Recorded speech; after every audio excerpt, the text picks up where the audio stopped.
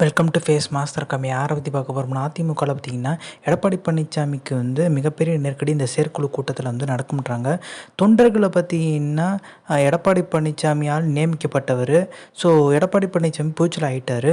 So இவ்வளோ விஷயம் சொல்லும்போது கோர்ட்டில் மனுவில் திருத்தப்பட்ட மனு எழுதும்போது இணை ஒருங்கிணைப்பெல்லாம் சொல்லிட்டு தான் எழுதுகிற ஒரு சூழ்நிலை உருவாச்சு. இப்போ எடப்பாடி பழனிசாமி பூச்சலை இல்லையான்ற ஒரு கொஸ்டின் இருக்குது. பொதுக்குழுவோட ரிசல்ட்டு இந்த முடிவு நீதிமன்றம் சொல்கிற வரைக்கும் எடப்பாடி பழனிசாமியும் ஓபிஎஸும் ஒருங்கிணைப்பால் இணைய உறுப்பாக அந்த ஸ்டேட்டஸ் கூட தான் இருக்கும். எடப்பாடி பழனிசாமியை பார்த்திங்கன்னா எல்லாரும் ஆதரித்து போச்சலான்னு சொல்லிட்டு பார்த்திங்கன்னா சொல்கிறாங்கன்னா அவரும் போச்சலான்னு சொல்லிட்டு இருக்காரு. பட் முழுமையாக பார்த்திங்கன்னா வளர்க்க முடியாத ஒரு சூழ்நிலை. ஓபிஎஸும் லைன் வெயிட்டில் தான் இருக்கார். அப்போ ஓபிஎஸ் சிபிஎஸ்ன்ட்டு இருக்காதே. எடப்பாடி பழனிசாமி பொதுச்சு ஆகிட்டார்னா. இன்னொரு விஷயம் பார்த்திங்கன்னா பொதுக்குழு உறுப்பினர்கள் அங்கே பொதுக்குழு பொதுச்செயலர் எடப்பாடியை மீட் பண்ணும்போதோ இல்லை செயற்குழு கூட்டம் நடக்கும்போதோ அந்த உறுப்பினர்கள் யாருமே ஓபிஎஸ் சசிகலா இணைக்கணுன்ற மாதிரி ஒரு விஷயத்த சொல்லவே கூடாதுன்றத மாவட்ட செயலாளருக்கு அறிவுரை சொல்லி கூட்டிகிட்டு வர சொல்லி எடப்பாடி பழனிசாமி உத்தரவு போட்டிருக்காரு. ஆனாலும் மிகப்பெரிய லெவலில் பார்த்திங்கன்னா வெடிக்கும்ன்றாங்க. உட்கட்சியில் பார்த்திங்கன்னா ஏகப்பட்ட மோதல். அதே மாதிரி எஸ்பி வேலுமணி, தங்கமணி, செங்கோட்டையன்லாம் செக் வைக்கிறதுக்கு 2 சட்டமன்ற தொகுதிக்கு ஒரு மாவட்ட செயலாளர். ஸோ இது பார்த்திங்கன்னா மாவட்ட செயலாளருக்கு செக்கு.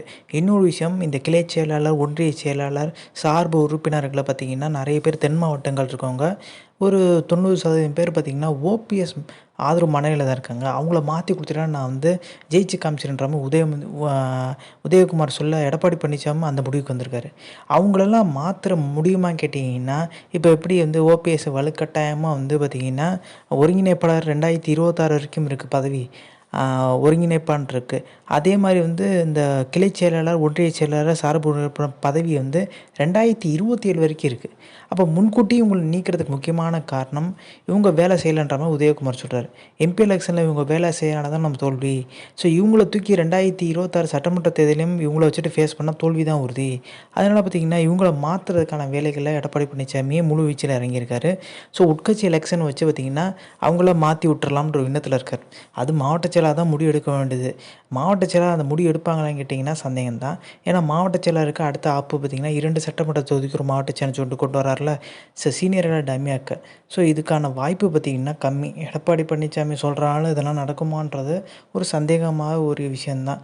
ஓபிஎஸ் சசிகலாவுக்கு என்ன செல்வாக்கு இருக்குது, டிடி தினகரனுக்கு செல்வாக்கு இருக்குது. அப்போ டிடி தினகரன் எதுக்கு தேனியில் ஜெயிக்கலான்ற மாதிரி எடப்பாடி பழனிசாமி கேட்குறாரு அடுத்த கொஸ்டினாக.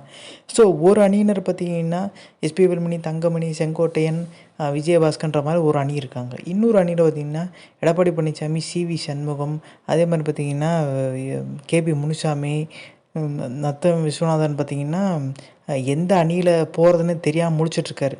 அப்புறம் திண்டுக்கல் சீனிவாசன், உதயகுமார், ஜெயக்குமார்லாம் பார்த்திங்கன்னா எடப்பாடியோட தான் இணைஞ்சிருக்காரு. ஆனால் அத்தம் விஸ்வநாட்டையும் முன்னாள் அமைச்சர் காமராஜன் பேசியிருக்காங்க. சசிகலாவோட சகோதரர் திவாகர் பேசி பார்த்திங்கன்னா அவங்கள இந்த பக்கம் கொண்டு வரதுக்கான முயற்சி பார்த்திங்கன்னா கிட்டத்தட்ட பலன் அடிச்சிருச்சுன்ற மாதிரி ஒரு பேச்சுக்கள் இன்ன வரைக்கும் போயிட்டுருக்கு. இது சாத்தியமாக கேட்டிங்கன்னா சாத்தியப்படுறதுக்கான அதிகப்படியான வாய்ப்பு இருக்காத சொல்லிட்டாங்க. எடப்பாடி பழனிசாமிக்கு நெருங்கிய வட்டத்தில் இருக்க நிறைய நிர்வாகிகள் பார்த்திங்கன்னா இப்போ எடப்பாடியை கொஞ்சம் தலைவர் போஸ்ட்லேருந்து அவருக்கு தகுதி இருக்கான்ற மாதிரி ஒரு கொஸ்டின் கேட்குறாங்க.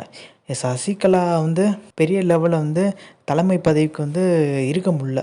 அவங்க 2017 ரைஸ் ஆகிறாங்க. அதுக்குள்ளே சிறை தண்டனை போயிட்டாங்க சொத்து குவிப்பால். ஆனால் ஜெயலலிதா அவங்களுக்கு தலைவர் பொறுப்பு பார்த்திங்கன்னா கொடுத்ததுக்கு, அதாவது போச்சலான்ற அங்கீகாரம் பார்த்திங்கன்னா தொண்டர்கள் எதனால கொடுத்தாங்கன்னா தொடர் வெற்றி. ஸோ ஜானகி அம்மையார் பார்த்திங்கன்னா எதிர்க்கும் போது சேவல் சின்னத்தில் வெற்றி பெற்றாங்க. அப்போ வெற்றி பெற்றவங்களுக்கு பார்த்திங்கன்னா இந்த அளவுக்கு ஒரு தலைமை பொறுப்பு கொடுக்கறதுக்கான தகுதி இருக்குது. ஆனால் எடப்பாடி பழனிசாமிக்கு தொடர்ந்து ஒரு வாய்ப்பு, நிறைய வாய்ப்பு கொடுத்தும் பார்த்திங்கன்னா கிட்டத்தட்ட எடப்பாடி பழனிசாமி போய்ச்சலான்னு சொல்லிட்டு அதுக்கப்புறம் ஒரு 10 எலெக்ஷனில் தோல்வி. எடப்பாடி பழனிசாமி முந்தைய எலெக்ஷனில் பார்த்திங்கன்னா குறிப்பிட்றது என்ன பார்த்திங்கன்னா, இப்போ ஆட்சியில் இருக்கும்போது ஊரக உள்ளாட்சி தேர்தல் நடந்துச்சு. அப்போ பார்த்திங்கன்னா தோல்வி அது ஓபிஎஸ்னால தான் அப்படின்ட்டார்.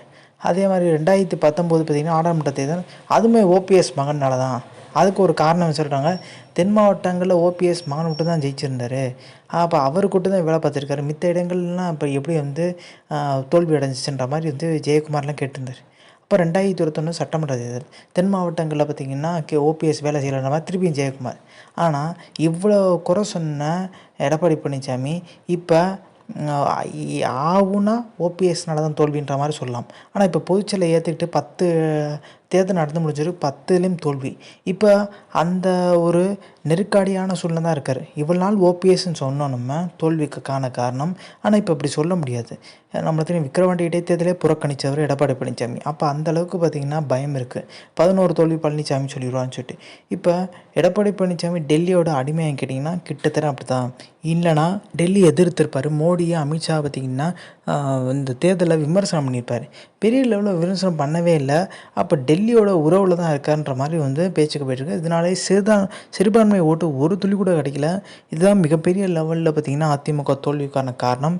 அதே மாதிரி வந்து பாஜகவோட இணக்கமாக செயல்பட்டுருக்கணும்.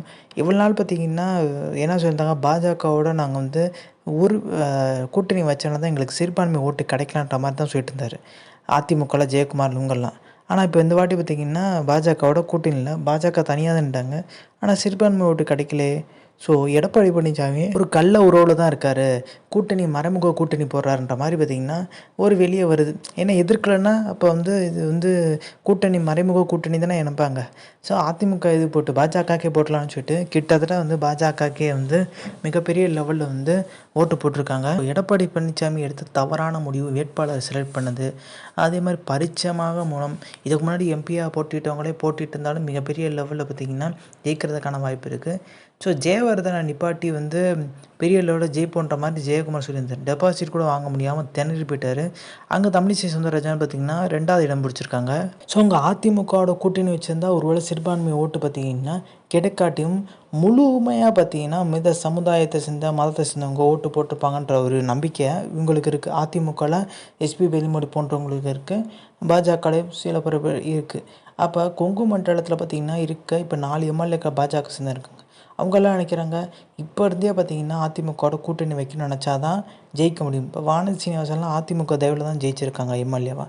அப்படி இருக்கும்போது இப்போ எடப்பாடி பழனிசாமி ஜெயிக்கணும், எம்எல்ஏ பார்த்திங்கன்னா ஆகணும், கட்சியில் பார்த்திங்கன்னா ஆளுங்கட்சியாக வரணும், அதுக்கு மிகப்பெரிய லெவலில் முக்கியம் கூட்டணி தத்துவம் தான். கூட்டணி பார்த்திங்கன்னா பாஜக, அதிமுக, தேமுதிக, பாமகன்ற மாதிரி ஒரு வலிமையான கூட்டணி இருக்கும். ஏன்னா திமுக பார்த்திங்கன்னா கூட்டணி வச்சு தான் ஜெயிச்சாங்க. காங்கிரஸு, அதே மாதிரி பார்த்திங்கன்னா திமுக, விசிக. ஸோ இவங்கெல்லாம் பார்த்திங்கன்னா மிகப்பெரிய லெவலில் கூட்டணி தயவில் தான் ஜெயிச்சிருக்காங்க. ஸோ எடப்பாடி பழனிசாமியால் பார்த்திங்கன்னா அந்த கூட்டணி உடைக்க முடியல. நாங்கள் மெகா கூட்டணி எப்போம்னா எப்படி அமைக்க முடியும்? ஒன்றுமே அமைக்கவே முடியாது. பாமக பாஜகவோட தான் போவாங்க, அது வந்து உறுதியாக சொல்ல முடியும். அதே மாதிரி பார்த்திங்கன்னா தேமுதிக வந்து அதிமுகவோட நீடிப்பதில் வந்து அது எப்போனா பார்த்திங்கன்னா பிரியறதுக்கான வாய்ப்பு இருக்குது. சும்மா நீடிக்கிறோம்னு சொல்லுவாங்க, பட் நீடிக்கிறதுக்கான வாய்ப்பு வந்து சாத்தியக்கூறு கம்மி. இப்போ வர 2026 சட்டமன்ற தேர்தலில் ஒரு அக்ரிமெண்ட் போட போகிறதா தகவல் இருக்குது. பட் இது உறுதியான தகவல். பாதி இடங்கள் பார்த்திங்கன்னா பாஜக போட்டிடும், பாதி இடங்கள் அதிமுக போட்டிடும். ஸோ யார் வந்து அதிக இடங்கள் ஜெயிக்கிறாங்களோ, அதிமுக அதிக இடங்களா பாஜக அதிக இடங்களா சரி பார்ப்பாங்க. அவங்க கட்சியில் வந்து முதல்வர் வேட்பாளரை வந்து தேர்வு பண்ணுவாங்கன்ற மாதிரி ஒரு விஷயம் போயிருக்கு. ஸோ இது சாத்தியமாக கேட்டிங்கன்னா சாத்தியமாகிறதுக்கு அதிகப்படியான வாய்ப்பு இருக்குது. ஸோ இந்த information like share subscribe. Thanks for வாட்சிங் திஸ் வீடியோ.